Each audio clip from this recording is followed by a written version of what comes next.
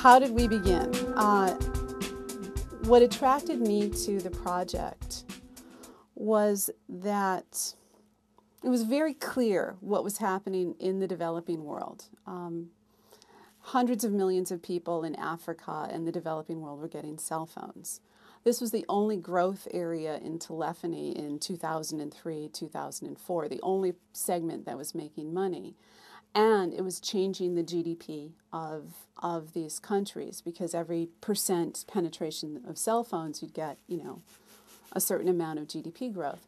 But there were studies showing that if you could get data to these people, not just voice, but data, the impact could be 3, 4, or 5 times greater for every % penetration you could get.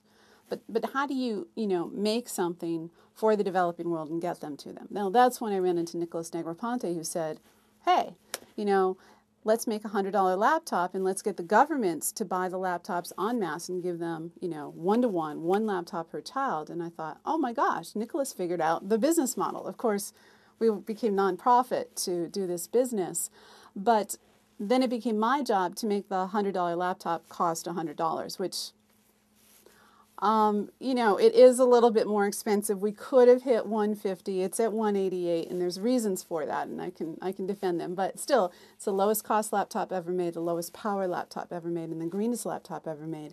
And all of that comes from looking at it from the screen backwards. The screen is what people see when they see the laptop. There could be little green men inside of electronics that wouldn't make any impact to somebody looking at the laptop. The screen and the housing are what we see.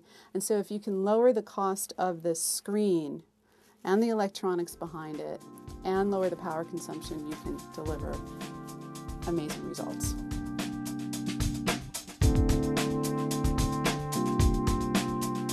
The whole architecture, most displays have motherboards. So the question was, how do you make a display that costs less than $100? Because that's a real barrier to a $100 laptop.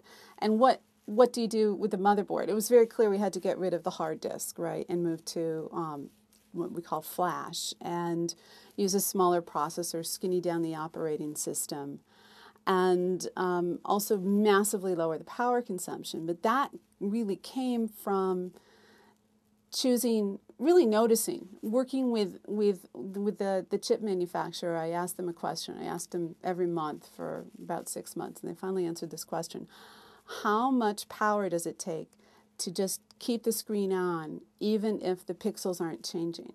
Well, the answer was 2 to 3 watts. And by that point, I had reinvented a screen that was, 1 watt instead of a usual screen is like 7 watt power consumption. And so I just thought that was stupid to sort of keep a CPU on to, consume 2 to 3 watts plus the whole motherboard just to drive a screen with the same pixels on all the time. Say you're reading something and just the pixels aren't moving around. There's no video on the screen. Everything's sort of the same. Well, it turns out that I know a lot about display, but maybe the people, I didn't know this was going to be so technical. I'm just wondering how to do a technical talk to a non-technical audience.